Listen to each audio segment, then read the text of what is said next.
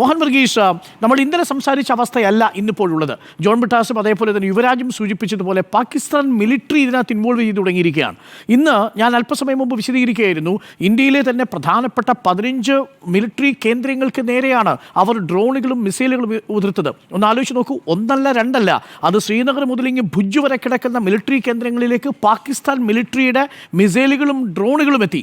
S-400 Sudarshana സംവിധാനമുള്ളത് കൊണ്ട് മാത്രമാണ്, നമ്മുടെ ഏരിയൽ ഡിഫൻസ് സിസ്റ്റം ഉള്ളത് കൊണ്ട് മാത്രമാണ് നമ്മളിപ്പോൾ ഈ രീതിയിൽ റിലാക്സ്ഡ് ആയിട്ട് ഇതിന് സംസാരിക്കുന്നത്. അപ്പോൾ ഇനി എസ്കലേഷനിലേക്ക് കാര്യങ്ങൾ പോവുകയാണോ ഡോക്ടർ മോഹൻ വർഗീസ്? കാരണം ഈ എസ്കലേഷൻ ഓൾറെഡി പാകിസ്ഥാൻ ചെയ്തു കഴിഞ്ഞു, നമ്മൾ ഇതുവരെയും നോൺ എസ്കലേറ്ററി ആണ്.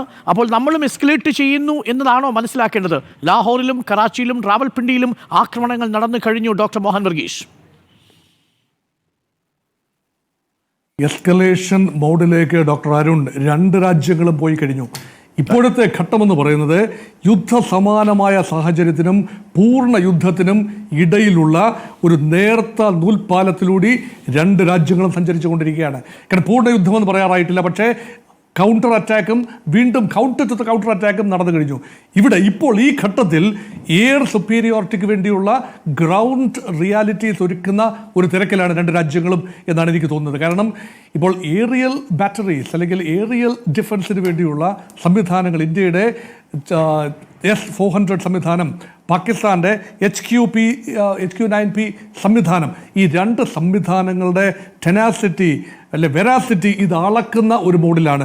അതിലാദ്യ റൗണ്ടിൽ വിജയം ഇന്ത്യക്കാണ്, ഏകപക്ഷീയമായ വിജയം ഭാരതത്തിനാണെന്ന് വേണമെങ്കിൽ പറയാം. കാരണം ഇന്ത്യയുടെ ഈ S-400 സംവിധാനങ്ങൾ ഒരു കവചമായി, സുരക്ഷാ കവചമായി പ്രവർത്തിച്ചുകൊണ്ട് പാകിസ്ഥാനിൽ നിന്ന് വരുന്ന ഏറിയൽ ഒബ്ജക്ട്സ് കൂടുതലും മിസൈലുകളും അതുപോലെ ഡ്രോണുകളുമാണ്. അത് ഒന്നുപോലും നാശം വിതയ്ക്കാത്ത രീതിയിൽ നമ്മുടെ 15 നഗരങ്ങൾക്ക് കവചമൊരുക്കിയിരിക്കുന്നു. ഏതാണ്ട് ഇസ്രായേലിൻ്റെ അയൺ ഡോമിനെ അനുസ്മരിപ്പിക്കുന്ന രീതിയിലാണ്. തീർച്ചയായും ഈ ഒരു ഏറിയൽ ഡിഫൻസ് സംവിധാനവും പൂർണ്ണമായി സുരക്ഷിതമല്ല എന്ന പ്രായോഗിക തിരിച്ചറിവ് നമുക്കുണ്ടാകണം. അത് യാഥാർത്ഥ്യബോധത്തോടെ അതിനെ കാണേണ്ടതുമാണ്. പക്ഷേ മറുവശത്ത് ലാഹോർ നഗരത്തിൻ്റെ ഏറിയൽ ഡിഫൻസ് സംവിധാനം പൂർണ്ണമായും ആട്ടിമറിക്കപ്പെടുന്ന രീതിയിൽ ഇന്ത്യയുടെ ആക്രമണം അവിടെ വിജയിച്ചു എന്ന് കാണാം. അതുകൊണ്ട് തന്നെ ലാഹോർ നഗരം വൾണറബിളായി മാറിക്കഴിഞ്ഞു.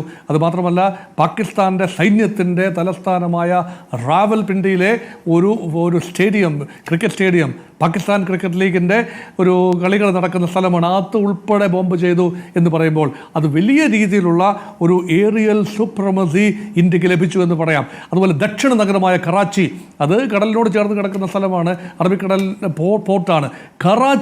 കറാച്ചിയുടെ എയർ സ്പേസ് ഇന്ത്യക്ക് ലംഘിക്കാൻ കഴിഞ്ഞിരിക്കുന്നു. അവിടെയും ഇന്ത്യൻ ഡ്രോണുകൾക്കും ഇന്ത്യയുടെ സംവിധാനങ്ങൾക്കും ഏറിയൽ സംവിധാനങ്ങൾക്കും ഹിറ്റ് ചെയ്യാൻ കഴിഞ്ഞു എന്ന് പറയുമ്പോൾ ഇപ്പോൾ ഈ ഘട്ടം തീവ്രവാദികൾക്കെതിരെ മാത്രമുള്ള ഒരു പരിമിതമായ സ്ട്രൈക്കിൽ നിന്നും എസ്കലേഷൻ മോഡിലേക്ക് കൃത്യമായി പോയ സൂചനകളാണ് വരുന്നത്. ഇവിടെ ഇപ്പോഴും ആക്രമിക്കപ്പെടുന്നത് ഒരു പക്ഷേ തീവ്രവാദ ബന്ധമുള്ള കേന്ദ്രങ്ങളായിരിക്കാൻ സാധ്യതയുണ്ട്. മറുപക്ഷത്ത് പാകിസ്ഥാൻ്റെ ഭാഗത്തു നിന്ന് വന്ന ഷെല്ലാക്രമണം, LOCയുടെ അപ്പുറത്തു നിന്നും വന്ന ഷെല്ലാക്രമണം ഏതാണ്ട് പൂർണ്ണമായി സിവിലിയൻ ടാർഗറ്റിലാണ്. അതിർത്തിയിലെ അതിർത്തി മേഖലയിൽ വസിക്കുന്ന ഹതഭാഗ്യരായ കാശ്മീരികൾക്ക് മേലെയാണ് ഷെല്ലുകൾ പതിച്ചതും 15 മരണം ഒരു ജവാന്റെ ഉൾപ്പെടെ സംഭവിച്ചതും ആ മേഖലയിലാണ്. അതുമാത്രമല്ല, ഇന്ത്യയുടെ വ്യോമ സംവിധാനങ്ങൾ, റൺവേസ് ഉൾപ്പെടെ എയർഫീൽഡുകൾ ഉൾപ്പെടെ ലൊക്കേറ്റ് ചെയ്ത അതിർത്തിക്ക് അടുത്തുള്ള 15 കേന്ദ്രങ്ങൾ കൃത്യമായി പാകിസ്ഥാൻ ടാർഗറ്റ് ചെയ്യുന്നു എന്ന് പറയുമ്പോൾ എയർ പവർ ക്രിപ്പിൾ ചെയ്യുക എന്ന ഒരുപക്ഷെ പാകിസ്ഥാൻ്റെ ഒരു പോളിസിയാണ്. എയർ പവർ, ഇപ്പോൾ വിമാനങ്ങൾക്ക് പറന്നുയരാൻ സാധിക്കാത്ത രീതികൾ റൺവേകൾ നശിപ്പിക്കുകയാണെങ്കിൽ തീർച്ചയായും എയർ സുപ്പീരിയോറിറ്റി മറുപക്ഷത്തിന് ക്ലെയിം ചെയ്യാനാവും. പക്ഷേ ഈ മിസൈലുകളോ റോക്കറ്റുകളോ ഒന്നും തന്നെ കാര്യമായി ഭാരതത്തിൻ്റെ മണ്ണിൽ പതിച്ചതായി തെളിവില്ല. അതുകൊണ്ട് നിലവിൽ ഒരു ആദ്യ റൗണ്ട് ഇത് എസ്കലേഷനാണ്. എസ്കലേഷൻ്റെ ആദ്യഘട്ടം, അതിൽ അഡ്വാൻറ്റേജ് ഇന്ത്യ രീതിയിലാണ് കാര്യങ്ങൾ പോകുന്നത്. ഇനി നോക്കൂ, ഇനിയുള്ള രീതി എന്ന് പറഞ്ഞാൽ ഇത് ആക്റ്റീവ് യുദ്ധത്തിലേക്ക് പോകുമ്പോൾ യഥാർത്ഥത്തിൽ മറ്റ് കക്ഷികൾ, മറ്റ് രാജ്യങ്ങൾ കടന്നു വരാനുള്ള സാധ്യതയുണ്ട്. യുദ്ധരംഗത്തേക്കല്ല, മറിച്ച് നയതന്ത്ര നീക്കത്തിലേക്കും തിരക്കിട്ട ഡീഎസ്കലേഷൻ മോഡിലേക്ക് ഐക്യരാഷ്ട്ര സംഘടനയുടെ സെക്യൂരിറ്റി കൗൺസിൽ വിഷയമെത്തും. ജനറൽ അസംബ്ലി ആത്യന്തികമായി ഇത് പരിശോധിക്കേണ്ടി വരും.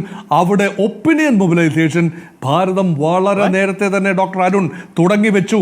അതുകൊണ്ട് ഇത് വരുമെന്നുള്ള ഉറപ്പ് ഭാരതത്തിനുണ്ടായിരുന്നത് കൊണ്ട് മുൻകൂട്ടി തന്നെ എല്ലാ കാര്യങ്ങളും ഭാരതം ചെയ്യാൻ സാധ്യതയുള്ള പരമാവധി കാര്യങ്ങളെക്കുറിച്ച് ഏകദേശ ധാരണ ഭാരതത്തിന് സംസാരിക്കാവുന്ന ഇടങ്ങളിലെല്ലാം തന്നെ അന്താരാഷ്ട്ര സമൂഹത്തിൽ ഭാരതം പങ്കുവെച്ചു എന്ന് പറയുമ്പോൾ ഇന്ത്യയുടെ ഡിസിഷൻ മേക്കിംഗ് അപ്പാരറ്റസ് ആൻഡ് ഇന്ത്യയുടെ കമ്മ്യൂണിക്കേഷൻ അപ്പാരറ്റസ് എണ്ണയിട്ട യന്ത്രം പോലെ പ്രവർത്തിച്ചു എന്ന് പറയുമ്പോൾ അവിടെ ഒരു നയതന്ത്ര വിജയമാണ്, രാഷ്ട്രീയ വിജയമാണ്, ഇപ്പോൾ ഇത് സൈനിക വിജയത്തിൻ്റെ ഒരു പടിവാതിൽക്കലാണ്. അതുകൊണ്ട് ഫർദർ എസ്കലേഷൻ ഇന്നലെ നല്ലൊരു അവസരം കൊടുത്തതാണ്, പാകിസ്ഥാന് പിന്മാറാനൊരു അവസരം കൊടുത്തതാണ്. പക്ഷേ എസ്കലേഷൻ മോഡിലേക്ക് പാകിസ്ഥാൻ പോയപ്പോൾ ഇന്ത്യ തിരിച്ചടിക്കുന്നു. ഇന്ത്യയുടെ സൈനിക വക്താവ് അല്ലെങ്കിൽ വിദേശകാര്യ സെക്രട്ടറി വിക്രം മിശ്രി തന്നെ പറഞ്ഞത് അങ്ങനെയാണ്, original escalation started on April 22 in Pahalgam.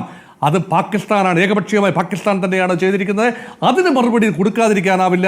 ആ ഒരു ഫർദർ എസ്കലേഷനാണ് ഇന്ത്യയുടെ ഭാഗത്തു നിന്നുണ്ടായിരിക്കുന്നത്. അതുകൊണ്ട് തീർച്ചയായും പാകിസ്ഥാൻ തന്നെയാണ് അഗ്രസറായി ഇപ്പോഴും നിൽക്കുന്നത് എന്നതാണ് അതിൻ്റെ ബാക്കി പത്രം. ഓക്കെ.